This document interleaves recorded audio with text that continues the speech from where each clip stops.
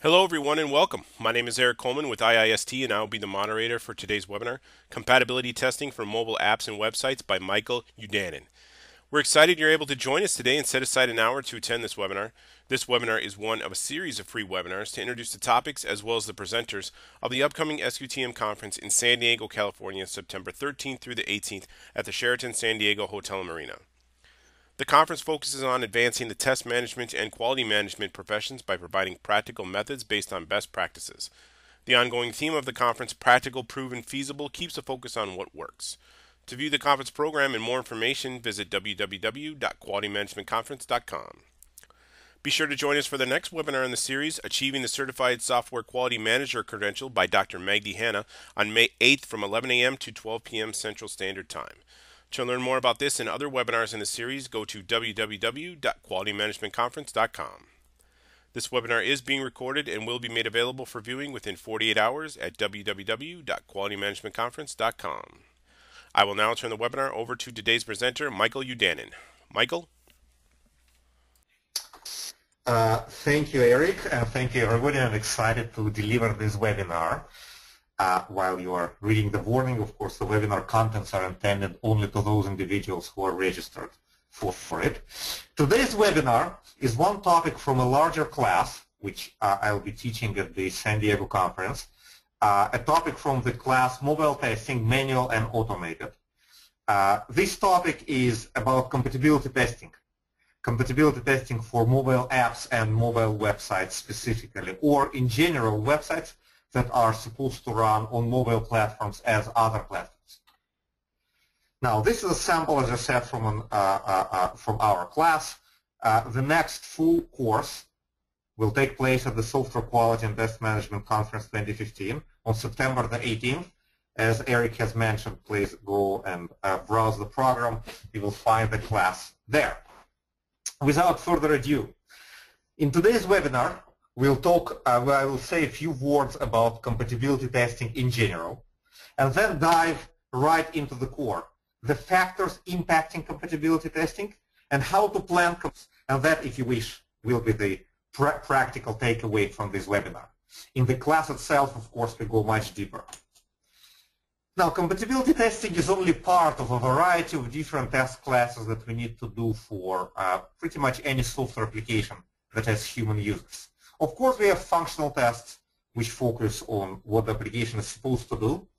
And in the class at the conference, we go into details what are the peculiarities of functional testing for mobile platforms. Obviously, there are certain things which are special to those platforms, driven by both the technology and the pattern of use. And talking about compatibility, I will certainly mention the pattern of use a few times. We have performance tests, which are also fairly unique for mobile devices. It's not only how many people attack the server, but also, for example, how quickly the application opens when you click on the icon, memory leaks, and many other things. Usability for mobile devices is a whole subject in itself, with a variety of very serious consequences if we don't attend to it properly. Security, survivability and recovery, what the device does when the battery runs out, how to test for it, what happens when the reception is down in the middle of transmitting a transaction. Production monitoring, frequently forgotten subject, where the question is what happens when the app is in production. We don't want to drop the ball here. Today we'll focus, though, on only one of those many aspects attended in the class, compatibility. The ability of the system under test, whether it's an app, a website, or anything else, to function as required on all the supported platforms. And platform is deliberately defined as relatively high level because there are many specific components to it.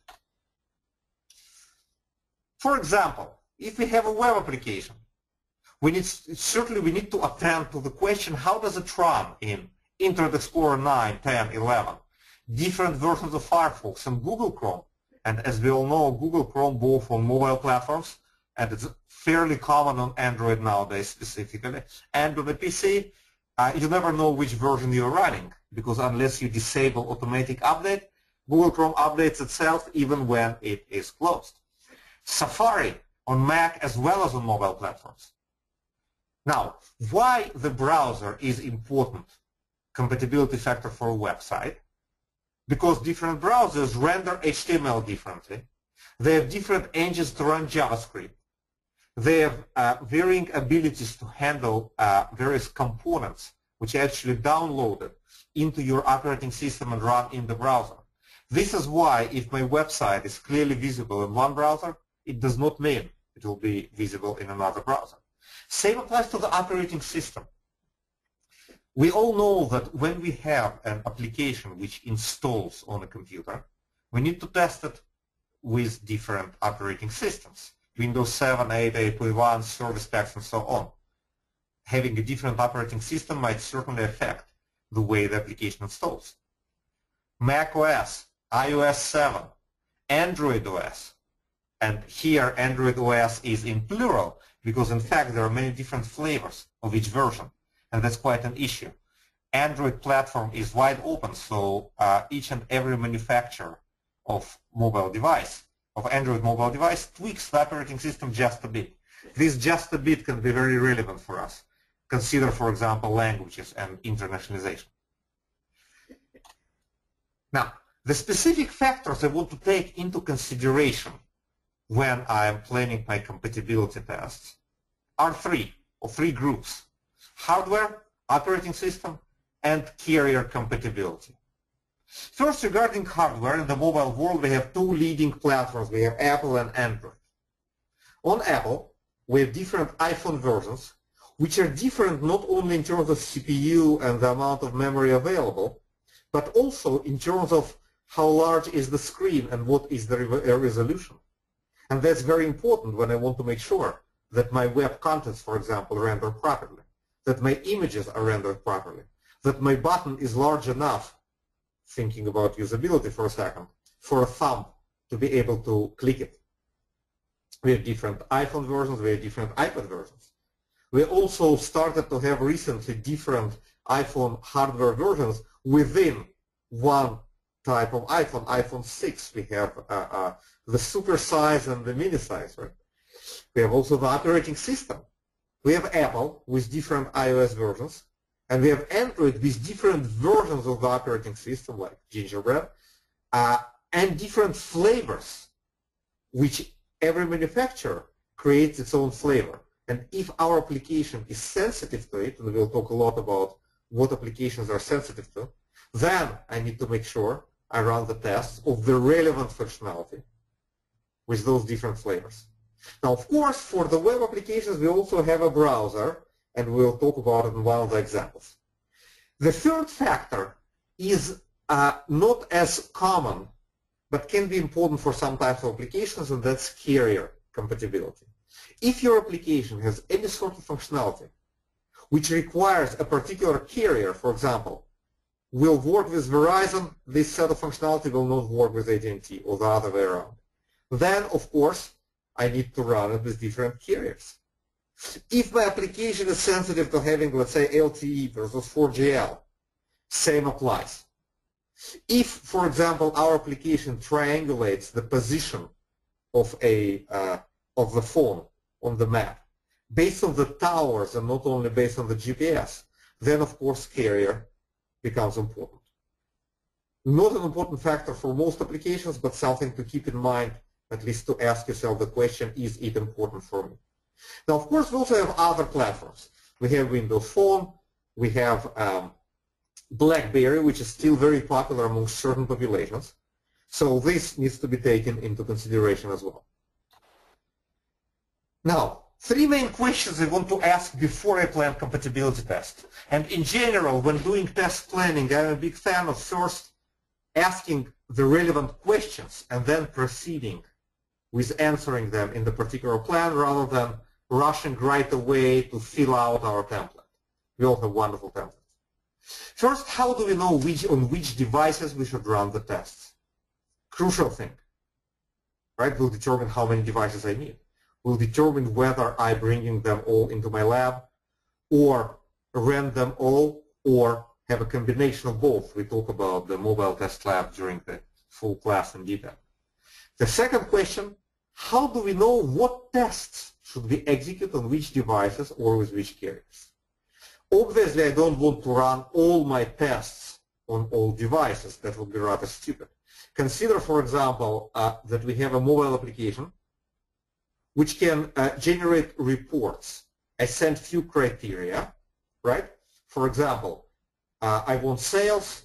I can do them per quarter, per year, last quarter, last 3 quarters, or within certain range of dates, and I can segment it per client, right? Now, if I have the same interface to display all the reports, and the difference is the actual query that we activate on the database side, or even not the query but the parameters we send to it, then of course it doesn't make a shred of sense to run all those reports on each and every platform. Why? Because the piece of the application which is sensitive to the platform is the same for all the reports.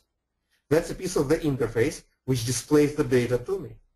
On the other hand, if I have 5 screens which display data, images, and such, right? And let's assume they're static.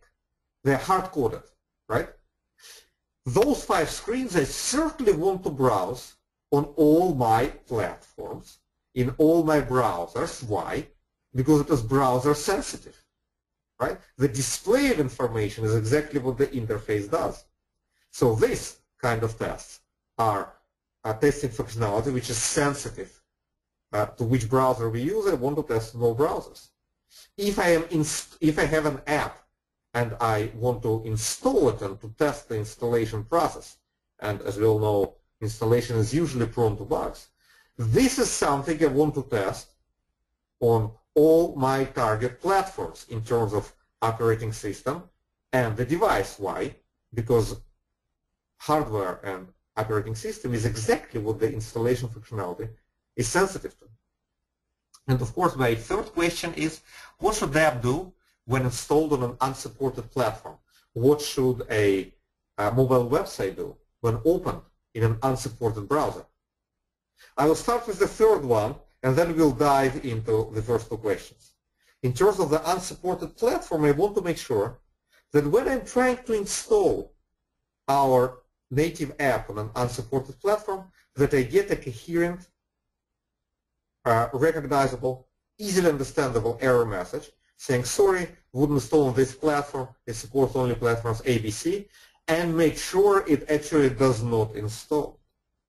If, for example, we require iOS 6 and up, I want to try and install it with iOS 5, make sure that I as a test engineer can understand this message, make sure it doesn't install, make sure it exits cleanly. If our native app supports only, if our mobile website, supports only Google Chrome, and it can run on Google Chrome and PC and on a mobile platform, a rather common scenario, then I certainly want to try to open it in Safari, and I want to get a message saying, sorry, this browser is not supported. This is quite important for all applications. This is crucial for applications which handle principal data, for example, production monitoring, right, for manufacturing plants, medical applications and such.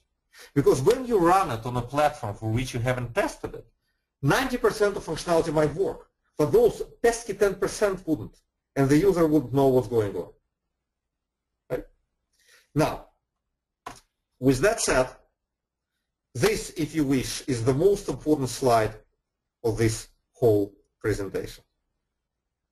I want to create a process which will help me to analyze the compatibility test, which will help me to plan them. And here is a 4-step process suggested to think about. Right? But first, before I go there, I want to check whether I have any requirements for compatibility. Right? In many cases, unfortunately, we don't. And here I believe one of my biggest contributions as a test engineer, I review the requirements, and looking at them with the tester's eyes, I see what's missing, what's wrong, what surely will not work, and reflect it back to the business analysts. And here we can catch quite a few serious defects before we start any kind of testing. So if I see we have no requirements for compatibility at all, I will say, hey, let's analyze what are our compatibility requirements, on which platforms it should run. in which browsers it should run if it's a mobile website. If I have compatibility requirements, I want to go one step further and think if they are adequate. If we are supposed to support iPhone 5, today we have iPhone 6, it's becoming very common, so going to disappear. So it tells me that our requirements, alas, might not be adequate. This is a question. I don't know the answer, but it's my job as a test engineer to ask this question. Are we sure our requirements are adequate indeed?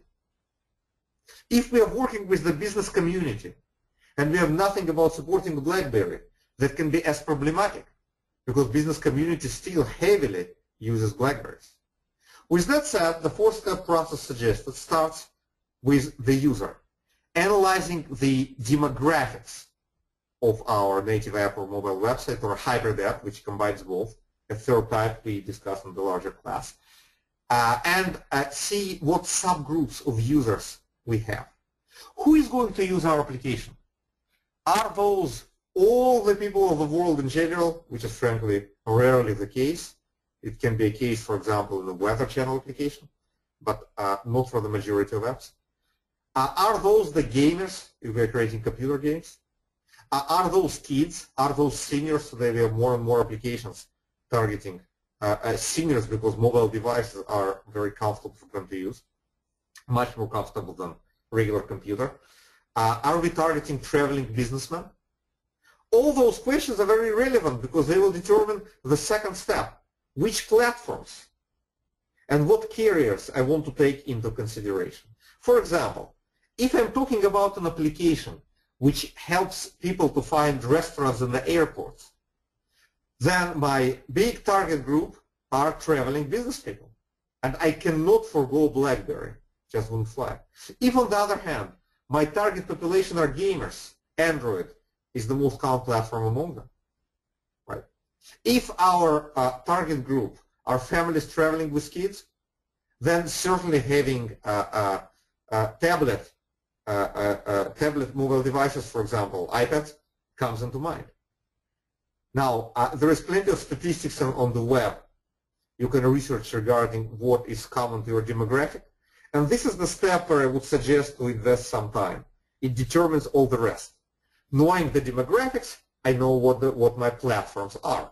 I can even calculate some risks. For example, if I know that 5% of my users are using platform X and the rest are using platforms Y and Z, then I know what are my risks of something not working on platform X. And if I am in a crunch, never happened to us, but happens to other people, right? Then I know which platform I can forego. However, not always. I can just forego the 5%. Consider, for example, an application for the whole wide world, which has 20 million downloads, and there are quite a few applications like that. Losing 5% if you're living off ad revenues is quite an issue. Right? Same applies to carriers. When I know my demographics, I know more or less what the carriers are. Knowing what is the hardware, I will analyze as my next step what is the software which will impact compatibility. First, of course, there is operating system. Right? We know what, let's say, Apple hardware we're going to use. We know what the common operating systems are. Statistics are out there. We know we're going to use Androids. I want to drill down and see which kinds of Androids mostly. Okay? And then I know what the operating systems are, but I have to take into consideration that every Android manufacturer tweaks the operating system a bit. Right? Then, if I'm dealing with a mobile website or with a mobile hybrid app, browser is relevant too.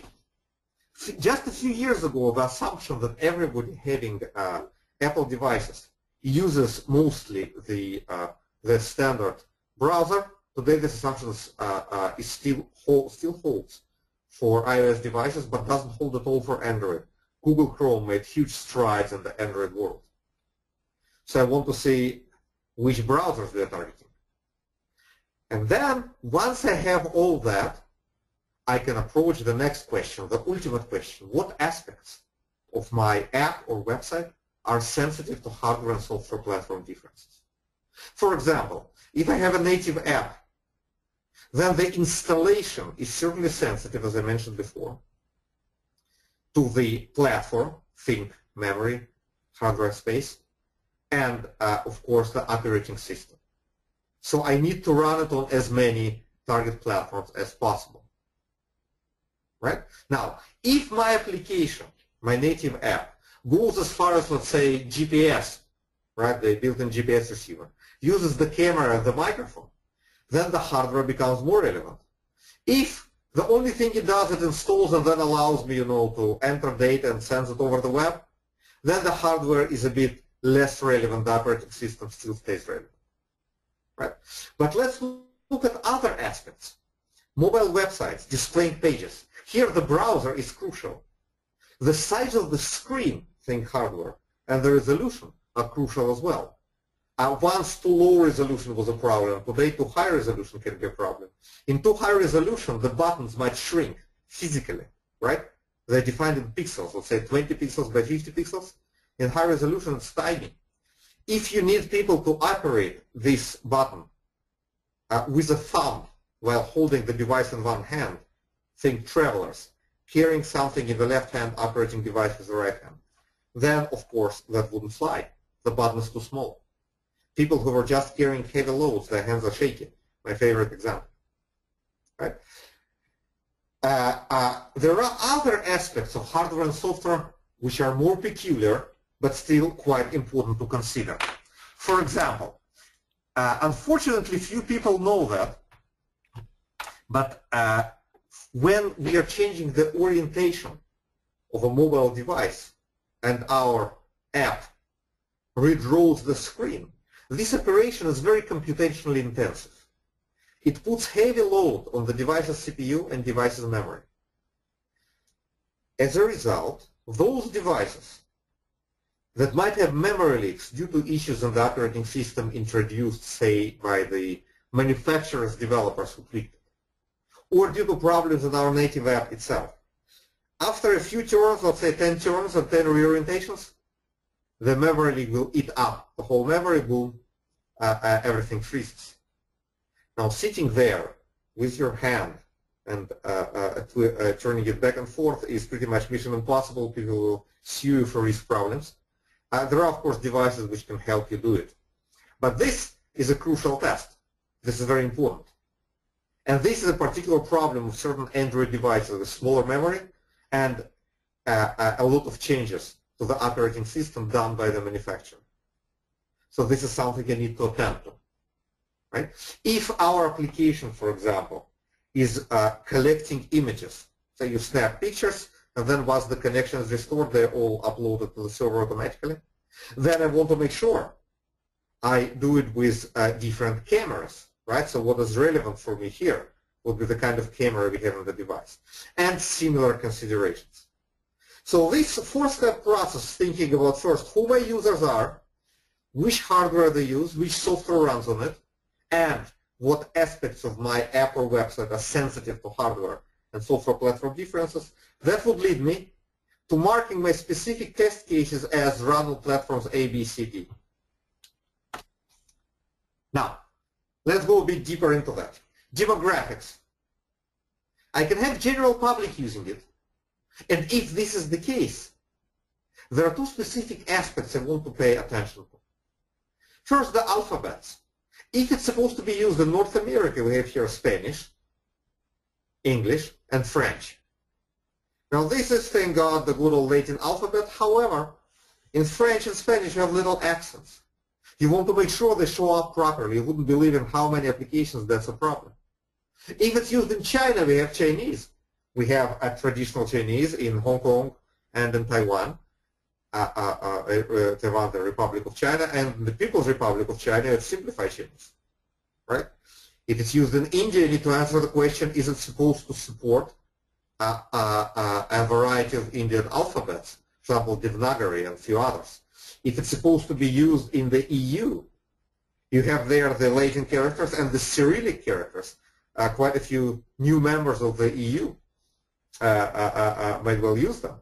Bulgaria, one example. You also have another issue, and that's the measures, right? As we all know, in the US we have a standard system. We have one kind of gallon. In Canada you have a gallon which is a bit larger. In the EU you don't have gallons. You have liters. Now there are a number of scenarios to consider here. For example, my native app installs on the phone, which is configured for German in the US. That's one situation. Configured to support German in Germany, that's another situation, picks up the measures. If our application is supposed to get the metrics and measuring system from the device level, I want to make sure it will do it seamlessly when installed on different devices. Very important question. Think about calculating a reimbursement for mileage, where you have miles and kilometers. In the larger class, I demonstrate an application where, of course, concealing its name, right? Where I switch it from the US to Germany, kilometers substitute for miles. However, the calculation stays the same. So somebody drove 20 kilometers, you assume it's 20 miles, which is much larger distance. This is a problem I want to attend to. Now, the problem here with Androids is a bit tougher because that's exactly where the manufacturers make changes. For some, you can just configure it for a country and it drags the language with it. For others, you have language and country separate, something to certainly attend to. We can also have specific groups of users.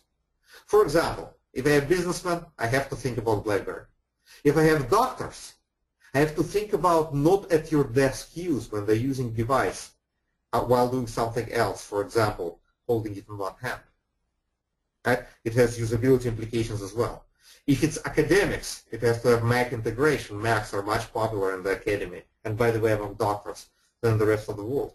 If we have traveling public, we have to think about different connectivity to make sure the application works with different connectivity levels. If we have college students, that's one demographic, but with seniors, we have to attend to the phone size, for example. Right? So all this will help me to analyze my demographic. When I think about hardware, we have here the type, smartphones, tablets, and others. We have some hybrid options here. Right? To think about manufacturers specifically for Android, have to think about display size and resolution. I brought up a couple of examples, but this is very important, particularly for mobile websites which are developed in a technology which allows to have only one website which will adjust itself to different resolutions and different screens. It's called responsive design.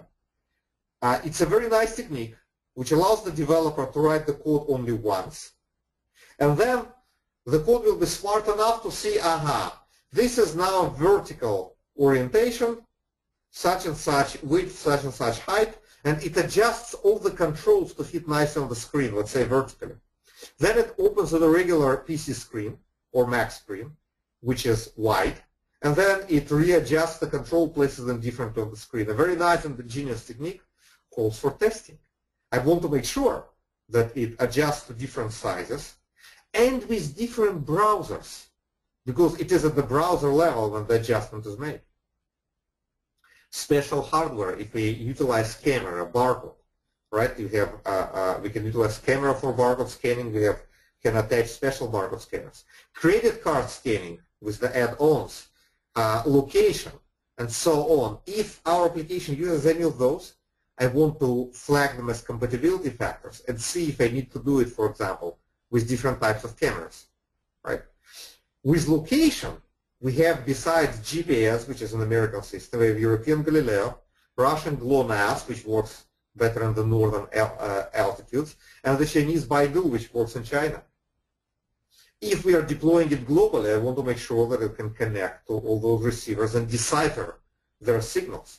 That would be my compatibility factor as well. Software, of course, we have operating system. With iOS, it's just a version. With Android, it's a version, the flavor, and manufacturer customization. A bit more pain. And of course, we have the jailbreak root factor. First, I want to ask the question, the requirements level, do we want our application to work on jailbroken or rooted devices?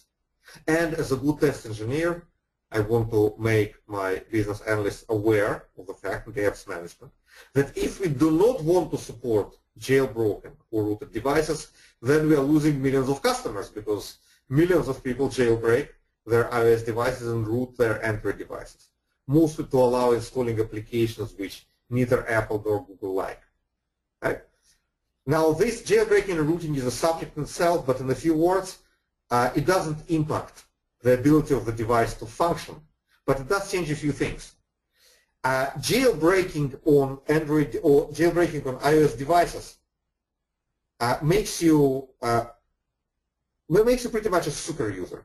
It allows you to install the applications you want. It allows one application to use the memory space of other application. In other words, it opens the device to you to the degree Microsoft Windows is open for you, or almost to this degree. Rooting for Androids is a similar idea. Now, one of the results here is that on jailbroken device, an application can grab more and more and more memory. On a non-jailbroken iOS device, each application is assigned a little piece of memory at the beginning. That's what it can use, no more. So with jailbreaking, the problem of memory leaks becomes more important. On a non-jailbroken device, the application will crash as soon as it reaches the limit of the memory space allocated to it. Not the case on jailbroken devices. It will continue, the whole device might crash. However, if our organization decided that we should not support jailbroken rooted devices, I want to try and install it on jailbroken device or on rooted Android, and I want to make sure I get a nice comprehensible error message. Sorry, device is jailbroken, rooted wouldn't install. I want to run another scenario where I install it on non-jailbroken device, then jailbreak it, and then I'm trying to open the application, and it's supposed to tell me all it's supposed to tell me. Something usually forgotten. And of course, we have a browser, a standard browser for a particular platform. For example, on iOS, the majority of people still use the good old pre-installed browser. Not necessarily the case on Android. Or installed browser like Google Chrome on Android. Right? You also have special browsers for iOS which you can install, but few people do it. So you want to make sure that your target demographic doesn't do it. If it does, you have to accommodate it in your tests. And now an example. As usual, I will leave 10, 15 minutes or so at the end for questions. But now let's use all those techniques which I surveyed in this little webinar and try to apply them to an imaginary application which has a few features that are very common. FindDoc. FindDoc is a mobile website that enables users to find physicians by one or more conditions. Location, specialization, ranking, opening hours, etc. So imagine somebody in the airport or in another city and sick and wants a physician right away. Right? So I could go there, I would click, say find physicians within the area of 10 miles. I need a psychiatrist within the area of 10 miles. I just had a really tough business meeting and I'm going nuts. I want a good psychiatrist ranking. I want somebody who is open right now or open tomorrow morning. So this application will allow us to do it, and that's a mobile website. Right? Now, it requires naturally internet connection to function. It's a website. And utilizes a backend database that has a web-based management interface, meaning somebody can go there on the web and add, let's say, new documents. Each update to the backend database should be reflected on the mobile end within 5 minutes. Right there, few test cases for it. The application is free and serves ads that are renewed every set interval of time. Now, this is something which should be very important for a test engineer who is conscious about the survival of the business he's working for. Right? What it tells me is that displaying ads is absolutely crucial. This is a functionality which I really want to test seriously because that's what feeds us all. Right? And displaying ads, all of us who have tested it know that that's a tricky thing. And then I have another requirement. FindDoc can be used in the US, Canada, Germany, and Japan. Now this tells me immediately that I have the issue of languages, right? The issue of alphabets, Japan. Japan has actually 3 alphabets, two most commonly used. Another one is katakana is used for naming places, right? But that's a different alphabet, different ASCII scheme. It's not your basic ASCII anymore, right? Now, with that said, I want to apply our analysis. I want to think first about the users. Now, who would be the users of this application? I would single out two groups here, traveling businessmen and parents with kids. All of us, our parents, know that kids have a tendency to get sick on trips and in most unexpected places. Right? Traveling businessmen, another category. Out of all travelers, I guess those two are very common categories who are likely to use this kind of application. Right? Now, from here, those two categories, I will try and determine what hardware we would use. Well, first, tablets. They're common in general, and parents traveling with kids really like tablets. Kids can play with them instead of annoying the whole plane. Right? Number one. Number two, smartphones. But what smartphones? Since I have traveling businessmen, then I cannot only rely on the good old, Apple Android. I know that BlackBerry comes into play. As simple as that. I know that with parents with kids, we'll have a whole variety of devices, including iOS tablets and Android tablets, right? So I want to research to get some hard numbers on this population and try and get what kind of hardware they use. Right? From here, I would look at the software and I would see that for this kind of application, the major software factor here would be the browser. Operating system would play some role, I guess, but not as principal as it would play in, say, native apps. I don't install anything here. My only communication with the hardware is the communication with the GPS receiver, right, the location. And yes, browsers can do it now. It's tricky, but they can. Okay? So, I don't have here the issue with, a whole lot of other software. Browser is what I need. Moreover, in this setting, I don't have that big of a problem with the internationalization at the phone level. Everything runs in the browser, right? So in the browser, I would choose, let's say, English or German or French or Japanese. Right?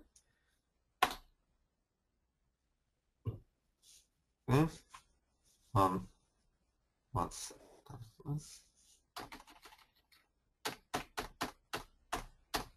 Right? So here, we asked what tablets and smartphones are popular among our target group. We found it out. What browsers do our users utilize? I can do the survey, we can find it out. Few words on how you can find out browsers. If you already have an existing application of similar kind, you can grab some statistics from the server. And usually, unless you switch it off, any reasonable server will have a log of what kind of browsers were used to access websites running on it. But a word of caution, sometimes when you're creating a new version of the application, you want to target a new group. So I would sometimes go to the salespeople and marketing people and say, hey, are we marketing this application to a new target group? If yes, what kind of group? Quite important. Too many applications work for the existing users, but not for the ones who we are targeting. And with all that, I will ask now the main question.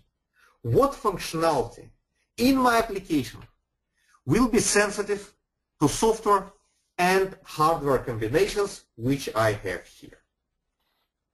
And that leads me to my compatibility matrix, the good old compatibility matrix, which we do for all other websites and applications as well, but here it will have different contents.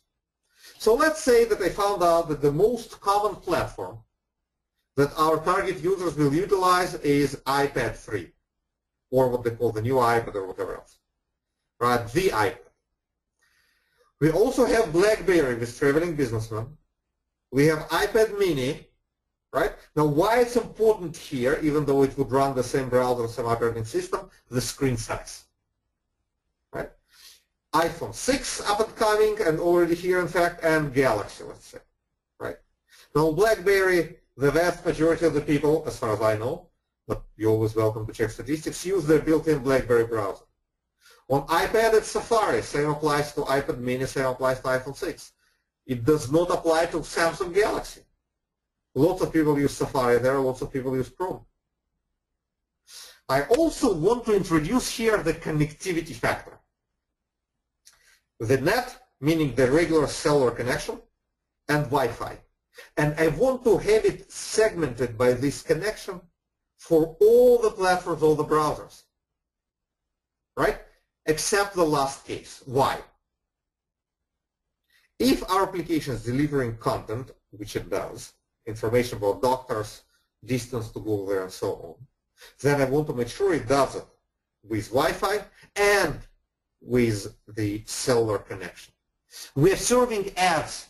I want to make sure the ads are served as well as they're served on Wi-Fi, that they're served with a regular cellular connection. I want to go further and have a Faraday cage which will allow me to regulate the number of bars.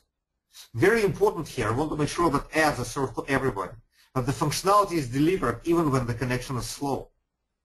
When I go to Galaxy though, I already tested it. With Safari, there is no need to repeat it with Chrome. Why? Because the connection is irrelevant to the browser, right? So now I would segment here my main functionalities and plan what I will run in each platform, browser, and connection combination. Search by address. Search by address. The heavy lifting here will be on the server. What I have on the user interface is only reflecting the results of the search. There is no point to rerun all the test cases I have for search by address and all the test data sets. I'm a big fan of separating between test case and test data. There is no point to rerun them all on all platforms. So we'll execute all of them on iPad 3 for the cellular connection and for Wi-Fi, right? Because here we're returning information.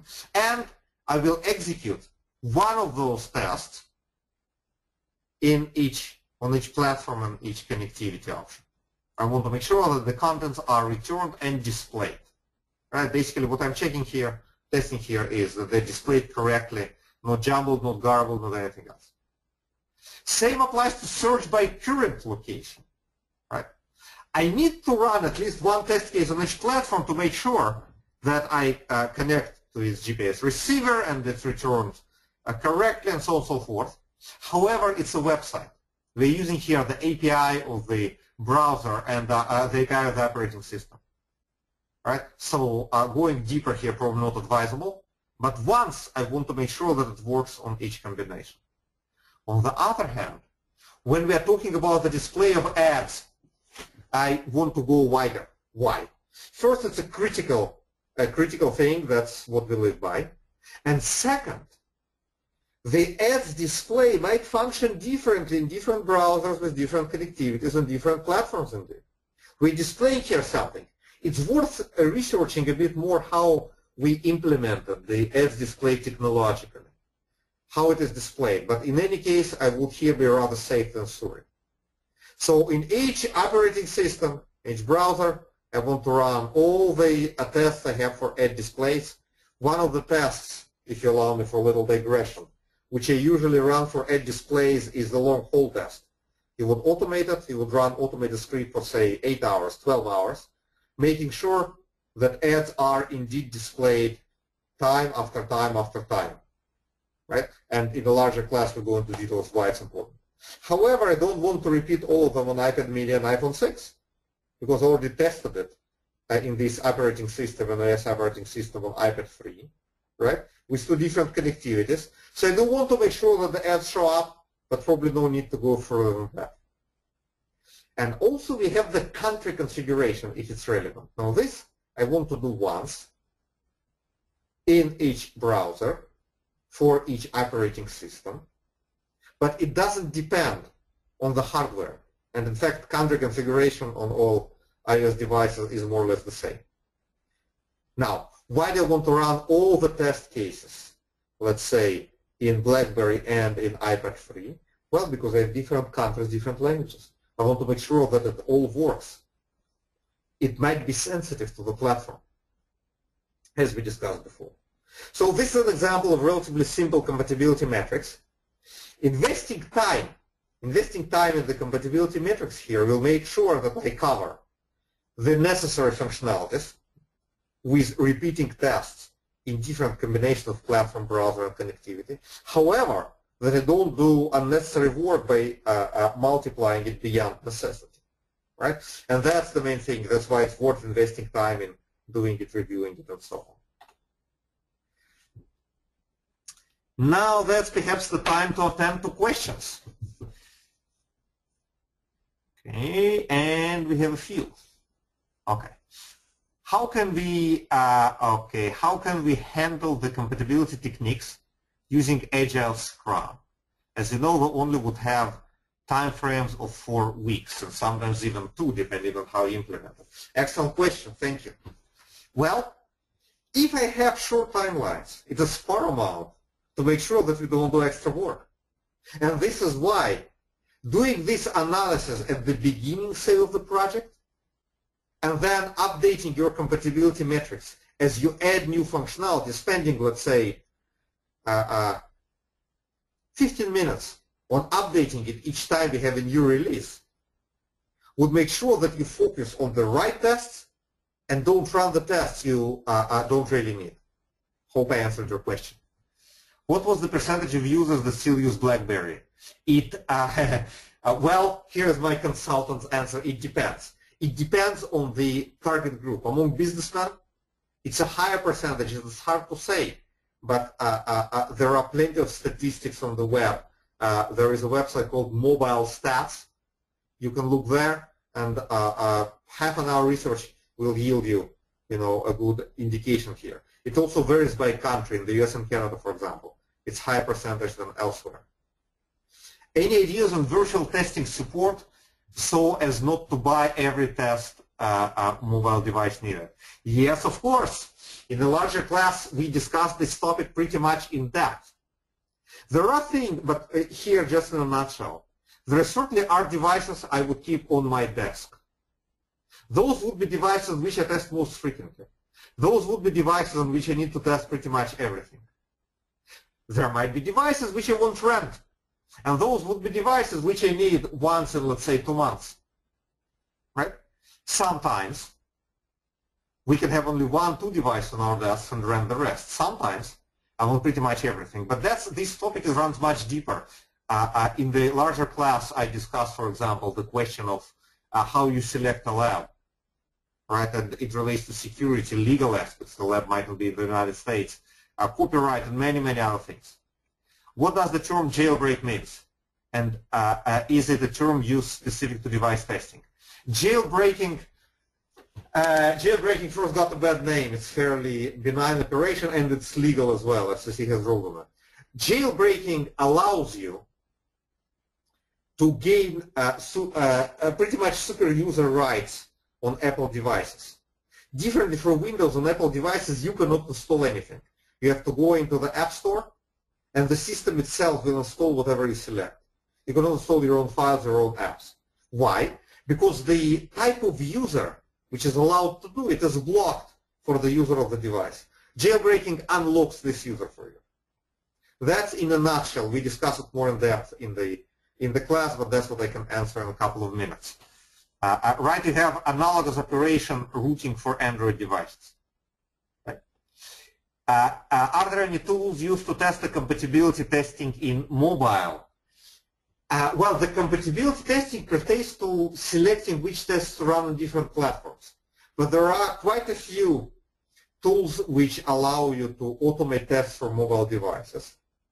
And with a good tool and, more importantly, a good method to use it, you can create a script which can run the same automated test on, let's say, Android, all Androids and all iOS devices. And then, of course, you could just change the device and run the same script over them.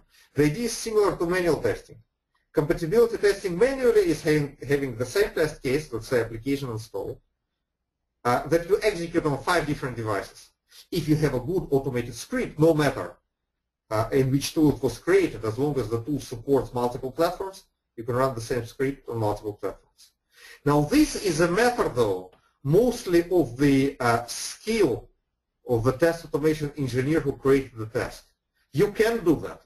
It requires skill. It requires expertise. Unfortunately, the majority, not all of them, but the majority of mobile test automation tools support one, maybe two platforms. The majority of them are trying to sell you the idea that you wouldn't need to code anything. I just saw recently on one of the trade shows, an ad on to QTP, which they advertise as, you see the boxes, you click things, you enter data, boom, don't need anything else. That's rubbish. Wouldn't fly.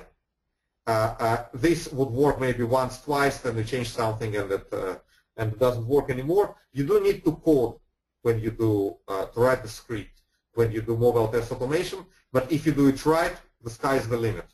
You can run the same script on multiple devices if you do it right. It can work very well. Okay.